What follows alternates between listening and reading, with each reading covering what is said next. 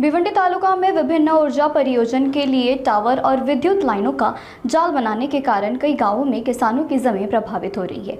इस पृष्ठभूमि में कोकण विभागीय विविध परियोजन प्रभावित हितकारी क्रिया सभा स्थापित की गई। ऊर्जा परियोजन के लिए उपजाऊ जमीन को भी भूमि अधिकारी कानून के तहत अन्य हक के रूप में दर्जा दिया गया, लेकिन किसानों का आरोप है कि इस जमीन के लिए बहुत कम मुआवजा दिया जा रहा है। किसानों की सहमति लिए बिना भू संपादन प्रक्रिया चलाई जा रही है, जिससे नाराजगी बढ़ती जा रही है। किसानों का यह भी आरोप है कि कुछ अधिकारी और प्रशासकीय कर्मचारी आर्थिक लाभ के लिए उनकी जमीन जबरदस्ती लेने का प्रयास कर रहे हैं। प्रामुख्याने देशाचा विकास होत असताना ऊर्जा विभाग हा सगळ्यात महत्त्वाचा विषय आहे आणि आपण कोकण विभागीय विविध प्रकल्पग्रस्त हितकारी कृती परिषदेच्या मार्फत या ऊर्जेच्या माध्यमातून शेतकऱ्यांची जी जमीन संपादित आणि वापर हक्कासाठी जी घेतली जाते ते वापर हक्काचा कायदा काय असतो ते शेतकऱ्यापर्यंत पोहोचला पाहिजे।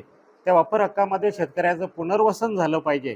खरं तर शेतकऱ्यांचं देशाच्या विकासासाठी कोणत्याही प्रकारचं नकारात्मक विचार नाही आहेत, परंतु देशाचा विकास होत असताना वापर हक्काच्या नावाखाली ज्या भूसंपादन करतात त्याच्या माध्यमातून शेतकऱ्यांचं पुनर्वसन व्हावं यासाठी ही कृती परिषद प्रामुख्याने काम करेल।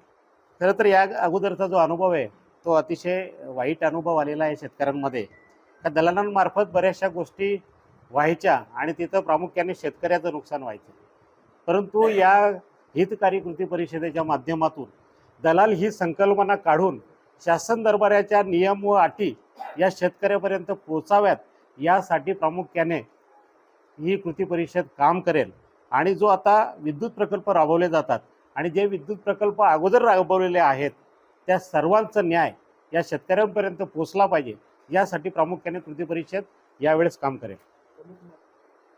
शेतकऱ्यांच्या प्रमुख मागण्या आहेत की देशाच्या विकासासाठी शेतकरी सदैव तत्पर आहे, देशाचा विकासातला कणा आहे शेतकरी, परंतु देशाचा विकास होत असताना शासनाकडून शेतकऱ्याला अपेक्षा आहे की शेतकऱ्यांची कोणत्याही प्रकारची फसवणूक विविध प्रकारच्या दलालांमार्फत कंपन्यांमार्फत होऊ नये आणि यामधला खरं तर दुवा शेतकरी आणि शासन ही परिषद राहील।